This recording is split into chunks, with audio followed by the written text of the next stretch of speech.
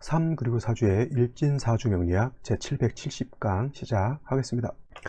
오늘은 양력으로 2020년 12월 15일이고요. 음력으로는 2020년 11월 1일입니다. 오늘 명식은 경자년 무자월 임진일이 되겠고요. 오늘의 일진은 임진이 되겠습니다. 오늘 함께 살펴볼 사주 명식은 임수일간이 자월에 태어난 사주 명식이 되겠죠. 그래서 일간 임수라고 하는 것, 자월이라고 하는 것의 상관관계를 한번 살펴보도록 하겠습니다. 자, 임수라고 하는 것, 물에 해당이 되죠. 수라고 이렇게 표현을 하고요. 그 다음에 양으로 이렇게 구분하게 되면 양이라고 이렇게 표현할 수가 있습니다. 그래서 임수라고 하는 것은 양수라고 표현하는 것. 그 다음에 내일 공부하게 될 개수라고 하는 것도 있습니다. 개수라고 하는 것은 같은 수라고 하더라도 개수는 음이 된다 라고 해서 개수는 음수 이렇게 표현하죠. 양수와 음수의 차이 당연히 있기 때문에 구분해 놓은 것이고요. 양수라고 하는 것은 대해수라고 해서 큰 물이라고 해요. 쉽게 말하면 그냥 간단히 얘기하면 큰 물인데, 우리가 가장 큰 물은 뭐가 있을까요? 바다 같은 것이 있을 수가 있겠고, 강이라든가 호수 같은 경우도 큰 물에 해당이 되죠. 뭐 여기서 우리가 말하는 강호수라고 하니까 우리나라 좀 작은 저수지 개념 이렇게 보지 마시고요. 한반도 크기만한 뭐 그런 호수 같은 것들 있죠. 그렇게 매우 큰 호수를 이렇게 생각하시면 되겠고요. 우리나라 이렇게 저수지 같은 경우는 개수로 보셔도 크게 문제될 바는 아닙니다. 개수라고 하는 것은 음수라고 하고요. 대체적으로 우로수라고 이렇게 표현합니다. 작은 물이죠. 그러니까 크고 작다라고 하는 개념으로 분류를 하게 되면 큰 물은 임수가 되는 것이고요.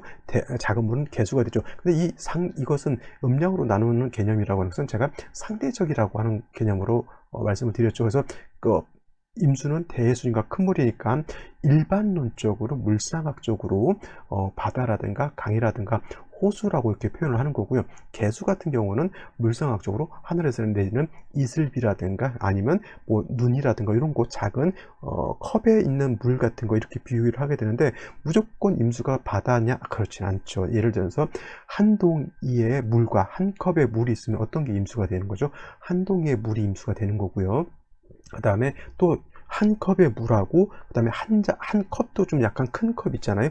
그 큰 컵하고 작은 소주잔에 있는 물하고 비교해 놓으면 당연히 큰 컵에 있는 물이 임수가 되는 겁니다. 이거는 둘을 비교해 놓고 해보는 거죠. 그죠? 근데 이건 이제 도토리 키재기인 거고, 그래서 일반론적으로 여러분들한테 임수라고 하는 양수와 개수라고 하는 음수를 이렇게 설명할 때는 확 이해하기 쉽게 설명을 해줘야 되는 거잖아요. 그리고 그래야 또 이해도 편하고, 그래서 임수라고 하는 대해수는 바다와 같은 아주 큰 물이라고 표현하는 거고요.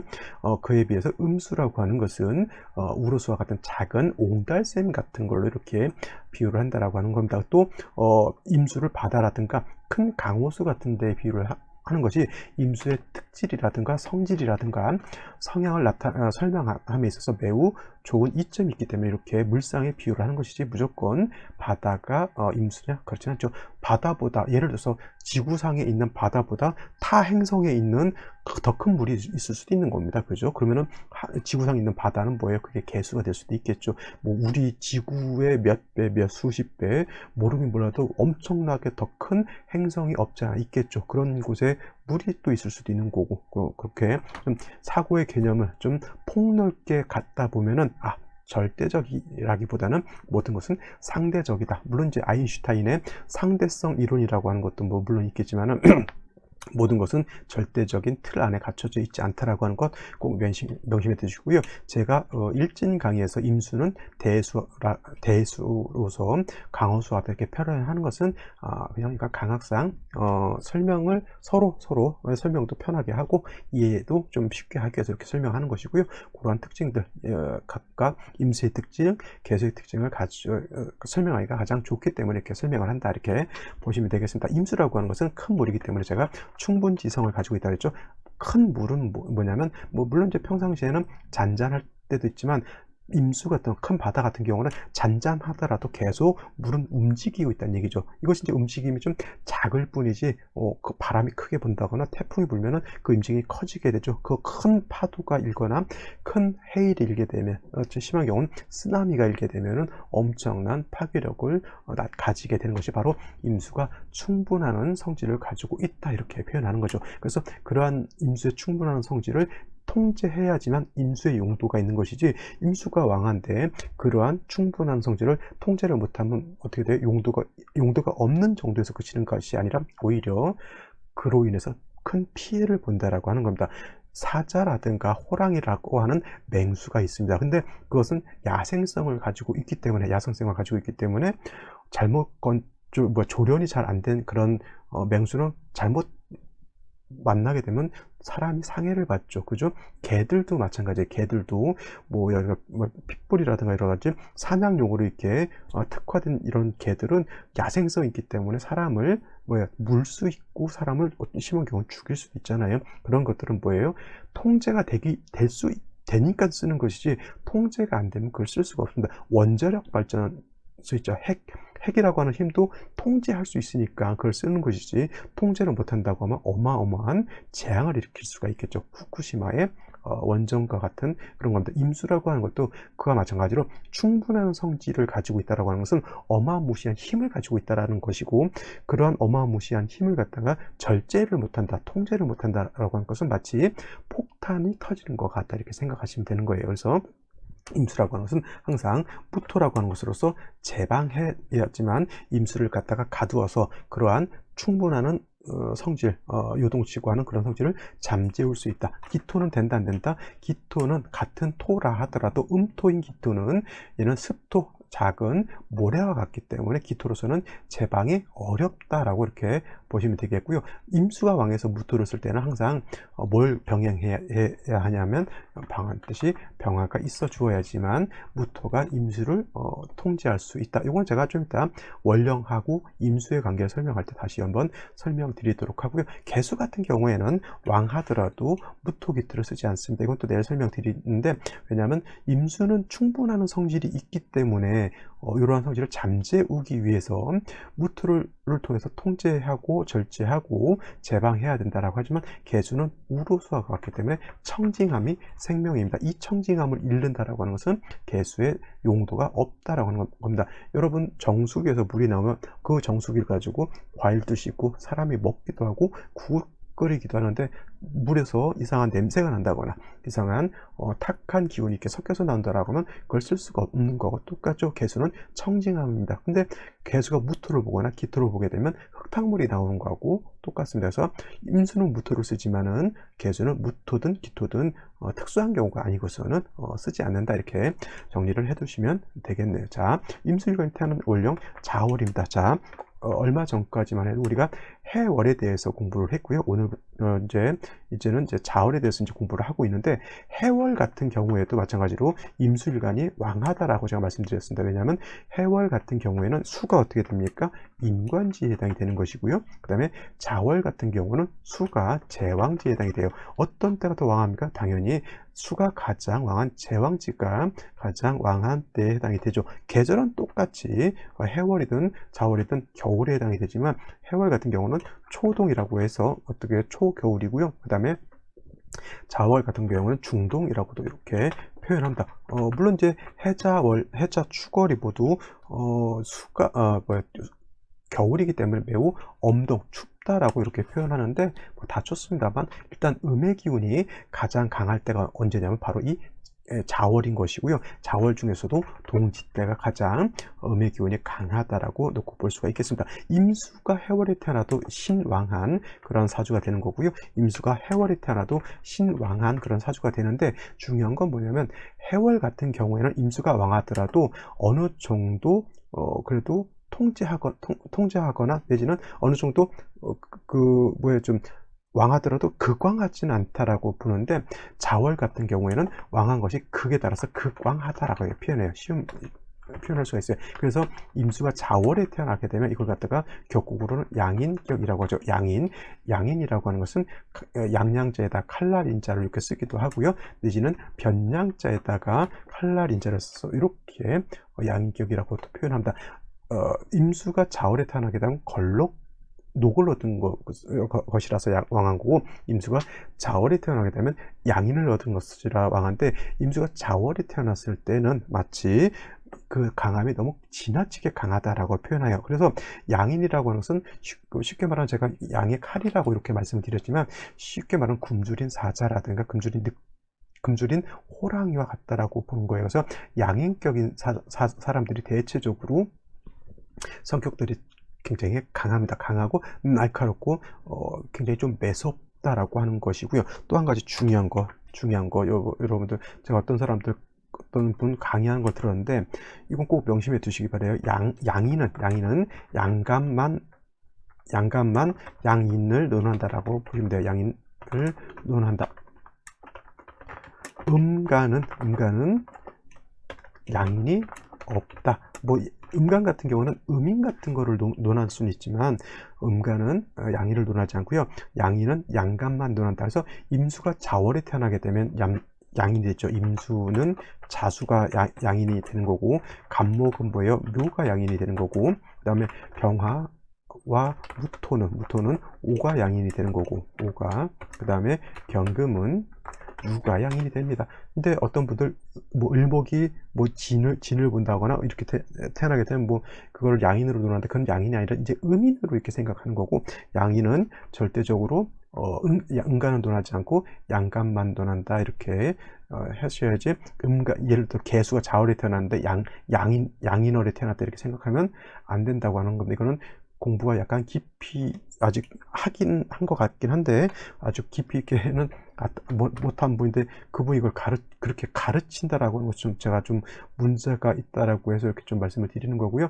양인은 양간만 논한다. 그래서 양양자를 쓰지만 변양자를 쓰는 이유가 거기에 있습니다. 아시겠죠? 그래서 임수가 자월에 태어나면 양인인데, 중요한 것은 자라고 하는 것은, 자는 지장간이 뭐냐면 임수라고 하는 것, 개수라고 하는 것이 있는데, 양인은 뭐예요? 자 스스로가 양인이 아니라 자 중에 있는 뭐가 양인이다? 개수가 양이 된다라고 하는 겁니다. 그래서 예를 들어서 임수가 자월에 태어났는데 이렇게 개수가 투출하게 되면 이 개수는 겁재가 아니라 양인인 자 중에 있는 양인 개수가 천간에 투출한 겁니다. 근데 예를 들어서 지지에 자수가 아무것도 없다. 예를 들어서 간목이 임수가 인월에 태어났다. 이 경우에는 이 개수는 그냥 겁재일 뿐이지 양인이 아닙니다. 항상 천간에 투출한 개수가 양인이 되기 위해서는 지지에 뭐가 있어야 된다? 자수가 있어야 된다. 임수가 인월에 태어나서 개수는 양인이 아니지만, 만약에 일주가 임자의 일주다, 이런 경우에는 이거는 다시 양인이 된다. 왜냐하면 일지에 있는 자수 개수가 양인이 되는데, 그 양인이 천간에서 투출되어 있기 때문에 이건 양인이 되죠. 그래서 자수가 임수일간 입장에서 연지, 월지, 일지, 시지 어디에 있어도 그건 다 양인으로 보게 되죠. 하지만 월지에 있는 양인이 가장 강하고요. 그 다음에 일지, 시지, 그 다음에 연지의 순으로 그 강약의 차이는 있다 하더라도 임수가 자수를 보는 것은 양인이 맞고요. 지지에 자수가 있는 중에 개수가 투출하게 되면 이거는 양인이 투출한 것이지 단순한 겁재가 아니다. 양인이 있고 양인이 투출하게 되면 일간은 아주 왕해진다, 이렇게 보시면 되는데, 그것도 마찬가지로 만약에 월령이 자월인데 임수가 자월에 태어나면 양인격에 개수가 다시 투출하려면 양인이 중첩된다, 이렇게 표현해요. 양인이 몇 개가 이렇게 중첩된다. 개수가 또 하나 투출될 수도 있죠. 그러면 이거는 양인이 한 개가 아니라 세 개가 되는 것이죠. 또 임자일주도 있죠. 이거는 양인이 엄청나게 많은 겁니다. 이런 사람들은 그냥 직업 자체로 강한 직종을 가질 수밖에 없어요. 이거는 사주에 따라서 이렇게 보는 것이니까 좀 더 이제 이론을 이제 습득하다 보면, 이게 처음에 봤을 때는 이 사주가 뭐야, 어떻게 어떤 사주, 이렇게 생각하실 수가 있지만, 공부를 하다 보면 와, 이 사주 어떻게 살았을까, 이 사람이 어떤 일을 하고 있을까, 이 사람 무서운 사람이다, 이런 생각이 사주만 봐도 느껴진다는 얘기죠. 그래서 임수가 자월에 태어나게 되면 양인격, 좀 성격이 강하다라고 이렇게 표현하게 되고요.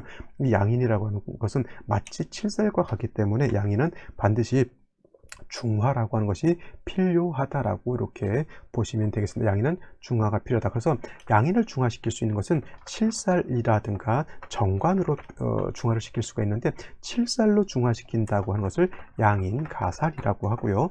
정관으로 칠살을 중화시킨다라고 하는 것은 관인상정이라고 이렇게 표현한다. 칠살이라고 하는 것은 임수 입장에서 이거는 뭐예요? 무토를 보는 것을 말해요. 그래서 임수 입장에서는 무토가 칠살이 되겠고요.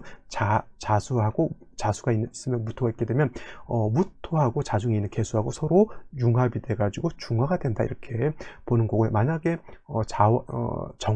칠살인 무토가 없고 기토가 있다라고 하면 이거는 기토가 양인인 개수를 갖다가 기토가 제한다고 해서 이걸 관인상정이라고 하는데, 어떤 것이 더 좋은가요? 라고 물어본다라고 하면 사주에 따라서 조금 차이는 있을 수는 있겠지만 그래도 양인 가사를 하는 것이 더 좋습니다. 왜냐하면 요 경우에 임수가 자월에 태어나게 되면 임수 자체가 왕하죠. 근데 기토라고 하는 것은 사수동류가 되기 때문에 수를 제하는 힘이 많이 떨어진다고 말씀드렸죠. 그래서 기토라고 하는 것은 양인을 갖다 통제는 하려고 하지만 수가 너무 많게 되면 기토 자체가 약해지기 때문에 이건 안 되고, 그래서 무토라고 하는 것이 있어서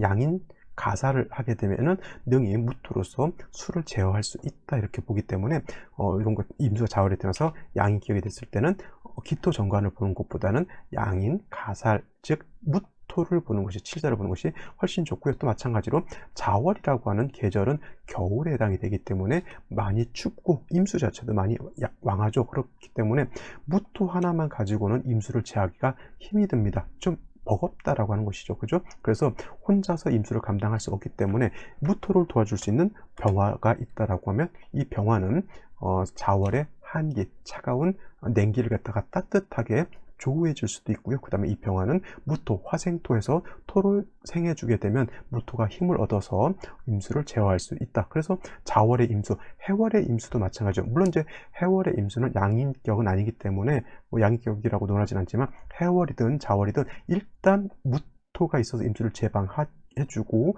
화가 있어서 무토를 보좌해 줘야 되는 것이죠. 그러면 이거는 그때 뭐랬냐면 제자약살이 된다라고 하면 사주의 중화를 이룰 수 있다라고 말씀을 드렸습니다. 제자약살은 뭐냐면 재성으로서 약살, 약한 칠살을 도와준다, 즉 북돋아준다. 그러면 화가 토를 생해주니까 화가 토를 생해주니까 토가 힘을 얻으면 능히 임수를 제방할 수 있는 힘을 얻게 된다. 물론 이 병화도 지지 당연히 뿌리가 있어야지만 또 힘을 얻을 수 있죠. 천간에 있는 것은 당연히 지지에 다 뿌리가 있어야 된다. 임수 같은 경우는 원령의 뿌리를 뒀기 때문에 너무 왕해서 문제인 거고, 이 왕한 임수를 통제하기 위해서는 무토, 병화가 같이 있어 주어야 하는 것이 바로 그죠? 이것이 바로 이제 서로 협력하는 거예요. 상대방 하나를 갖다가 나 혼자서 싸워서 이길 힘이 없으면 어떻게 돼요? 주변에 있는 같은 뜻을 갖고 있는 사람들끼리 모여서 같이 협력하게 되면 대등한 힘을 발휘할 수가 있죠. 임수가 자월에 태어났을 때는 너무나도 그 힘이 강하기 때문에 무토 혼자서는 안 되고 병화하고 협력해서 임수를 제해야지만 통제가 가능하다, 이렇게 쉽게 생각하셔도 이거는 될 것 같습니다. 자, 오늘은 임수자월 양인격에 대해서 설명을 드렸고요. 오늘의 명식, 그 다음에 생시 알아보도록 하겠습니다. 자, 오늘의 명식은 양수인 임수일간이 수학년인 자월에 태어난 사주 명식이 되겠고요. 격국은 아까 말씀드렸습니다. 그래서 양수인 임수가 월지에서 겁재죠. 겁재인데 자수라고 하는 것은 임수 입장에서 겁재라고 표현하지 않고 이걸 양인이라고 표현한다라고 했고, 또 양인은 양간만 논하는 것이지 음간은 양인을 논하지 않는다. 그래서 이건 임수가 자월에 태어나게 되면 양인격이 되죠. 그래서 신왕한 사주가 되고요. 신왕한 사주는 관살로서 임수를 일간을 통제하는 것이 좋은데, 임수라고 하는 건 양수이기 때문에 양수인 큰 물을 갖다가 가두기 위해서는, 제방하기 위해서는 작은 토보다는 큰 토가 낫겠죠. 그래서 양토인 무토로서 이렇게 제방할 수 있겠고요. 만약에 무토를 얻게 되면은 양인격에 양인이 중화를 이룰 수 있죠. 그래서 이거를 양인 가살격이라고 이렇게 봐도 틀리지 않습니다. 단 중요한 것은 무토 칠살 자체가 너무 약해 가지고 임수를 제방할 수 없습니다. 자월은 수가 가장 왕할 때이지만 무토라고 하는 것은 자월의 무토는 뭐예요? 절지 태지에 해당이 되기 때문에 무토가 너무 약하죠. 원래는 토극수합니다. 토가 원래 수를 통제하고 절제하고 극하는 역할을 하게 되지만, 반대로 이 극하는 것이 너무 강하게 되면 오히려 수가 토를 오히려 반극하죠. 반대로 극한다라고 하는 겁니다. 그래서 이렇게 되게 되면 수다토붕이 되는 거예요. 수다토붕은 원래 토가 수를 제방하고 통제해야 하는데 수가 너무 많게 되면 어떻게 됩니까? 토를 갖다 밀어내고 다 휩쓸고 가는 거하고 똑같습니다. 그래서 왕한 임수는 무토로서 제방을 해야 되는데 해야 되는 것이지 기토로서는 제방이 안 된다고 하는 것이 거기에 있고요. 무토 자체도 임수가 너무 왕하게 되면은 뭐예요? 혼자로서는 제방이 되지 않죠. 그래서 병화라고 하는 화가 있어줘야 된다. 정화는 안 됩니까? 이렇게 물어보신다고 하면 공력의 차이가 하늘과 땅 차이다 이렇게 생각하시면 되겠죠. 그래서 이렇게 되게 되면 자월의 임수는 뭐 이렇게 양인 가살에 제자약살하게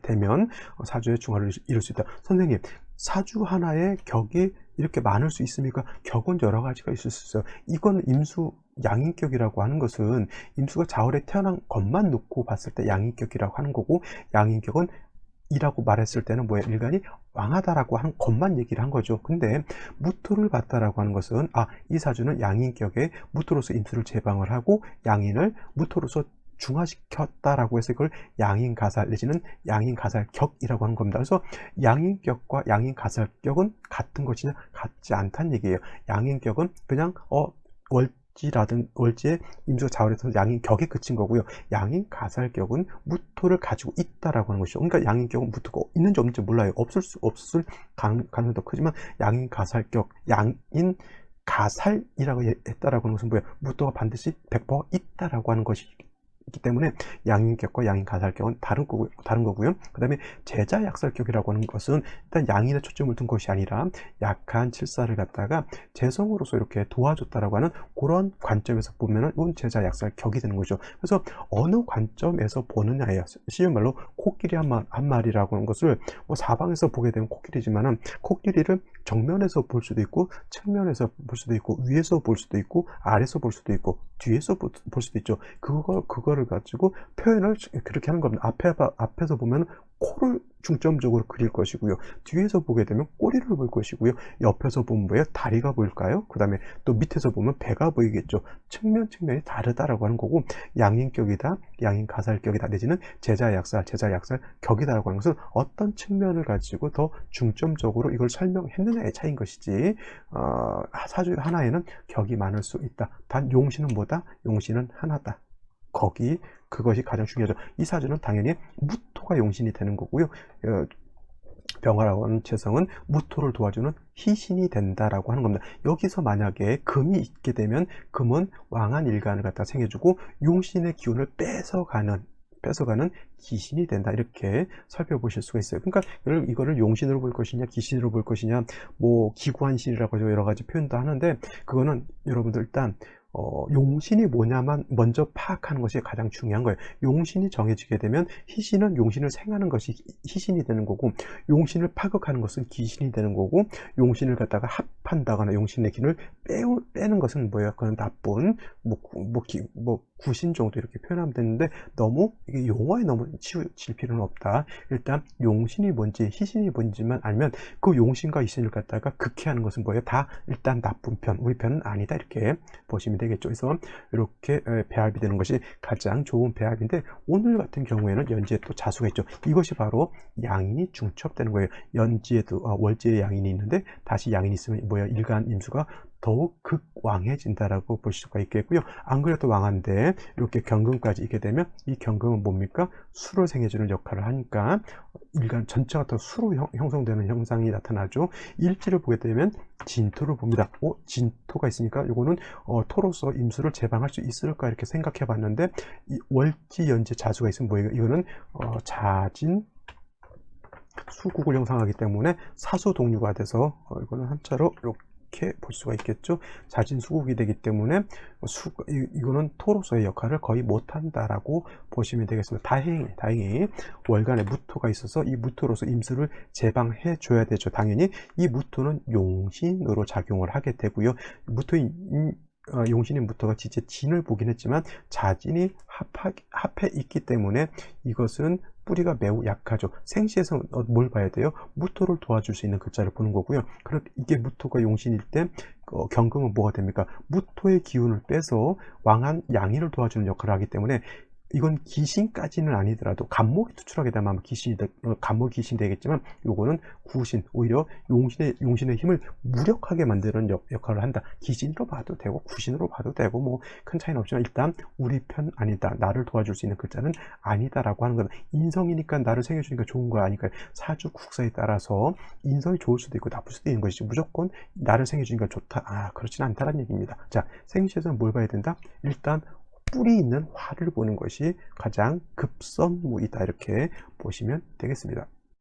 자, 생시를 한번 살펴볼 것인데, 생시 일단 화를 봐야 된다라고 말씀을 드렸죠. 그래서 화를 볼 수 있는 것은 뭐냐면 을사병오시 정도 화를 가지고 있다라고 볼 수가 있습니다. 선생님, 정미시의 정화도 있는데, 정미시를 그럼 한번 봐볼까요? 정미시가 된다라고 하면 이거는 미토를 가져. 이거 하나 좋은 점은 뭐냐면, 무토가 자진수국에서 뿌리가 약한 정도의 미를 보게 되면 그래도 여기서 뿌리를 얻을 수 있다라고 하는 것은 이건 괜찮고요. 정화가 있다 손 치더라도 이 정화가 뿌리가 없죠. 미중 정화의 뿌리 뒀나요? 이건 매우 약합니다. 그래서 이런 경우에는 화가 있다라고, 이거는 그래도 나쁘다고는 보지 않을게요, 제가. 왜냐면 왜 나쁘다고 보지 않냐면, 무토가 뿌리를 얻었기 때문에 이거는 한번 생각해 볼 수 있는 생시라고 볼 수가 있겠고, 그렇게 따진다고 하면 경술시도 이렇게 보면은 좋을 수도 있을 것 같아요. 왜냐면 자진수국할 때 이거 수를 보게 되면 진술상충에 하게 되면 토충은 붕충이라고 했어요. 토충은 붕충이다 라고 해서, 토가 충하면 토가 약해지는 것이 아니라 토가 오히려 왕해진다, 이렇게 본다라고 하면 진술충으로 인해서 무토가 왕해지는데, 이건 그래도 좋지를 못합니다. 왜냐하면 지진난과 똑같습니다. 그러면 임수가 어떻게 되면 토하고 수하고 서로 싸운다라고 하는 관점이 되기 때문에, 이런 거는 제가 봤을 때는 별로 좋지 않은 그런 생시가 되겠고요. 좋지 않은 경자시 마찬가지, 신해시 마찬가지, 기우시 마찬가지, 별 의미 없는 생시들이다라고 보실 수 있죠. 그 다음에 만약에 이게 갑진시가 된다라고 하면, 이거는 더더군다나 좋지 못한 게 뭐냐면, 무토를 용신으로 써야 되는데 간목이 투출하게 되면 뭐예요? 간목이 무토를 파게 되니까, 이 무토 입장에서는 얘는 나를 공격하게 되고 얘는 나의 기운을 빼가는 것이죠.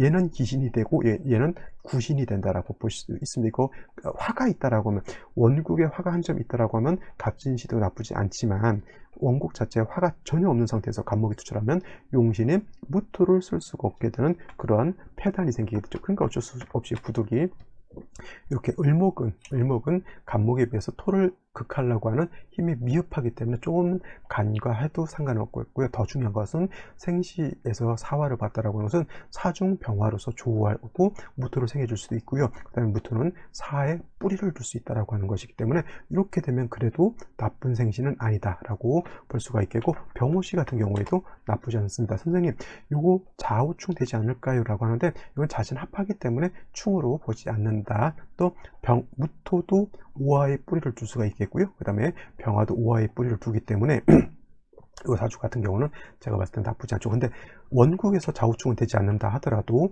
대운이라든가 세운에서 자수가 와서 오화를 충을 때는 좋지 않습니다. 이런 경우만 잘 조심한다라고 하면, 뭐 병호시 같은 경우 나쁘지 않고요. 또 무토가 다시 투출하는 무신시 같은 경우에는, 이거에는 무토가 두 개 있어서 임수를 충분히 방어할 수 있다라고 보지만, 이건 그렇지 않아요. 왜냐하면 자월에 신금의 진토까지 보게 되면 지지로 완전한 수국을 형성한 거고 똑같고요. 자진 수국을 이렇게 형성하게 되기 때문에, 무토 천간에 투출한다 하더라도 그건 매우 토가 약하고 수가 너무 왕한 것, 이거를 숫자에서 무토 하나 진토 하나 무토 하나서 토가 세 개니까 토가 왕하다, 이거 절대 그런 것이 아니고, 이런 걸 잘 보는 것이 좀 필요하다라고 볼 수가 있겠습니다. 이민시 같은 경우에는 다른 건 몰라도 이거는 그냥 인중에 있는 병화 가지고 조우할 수 있다 정도 생각하면 좋겠습니다. 그래서 그냥 제가 봤을 때는 을사병오시 정도면 좀 무난한 생시가 아닐까라고 보겠고요. 그냥 부득이 낳는다고 하면 정미시 같은 경우에도 무토가 좀 뿌리를 얻을 수는 있지만, 정화가 이렇게 임수 옆에 첩신되어 있다라고 하면, 이거는 서로 탐합하는, 정인이 서로 탐합해서 목으로 화하진 않지만 서로 탐합해서 사주가 좀 탁해진다라고 하는 단점은 없지 않아 있기 때문에, 저 같은 경우는 차라리 정미시보다는 을사시라든가 병호시가 더 좋은 생시가 아닐까, 이렇게 추론해 보게 됩니다. 자, 오늘은 여기까지 설명드리도록 하고요. 저는 내일 또 찾아뵙도록 하겠습니다. 감사합니다.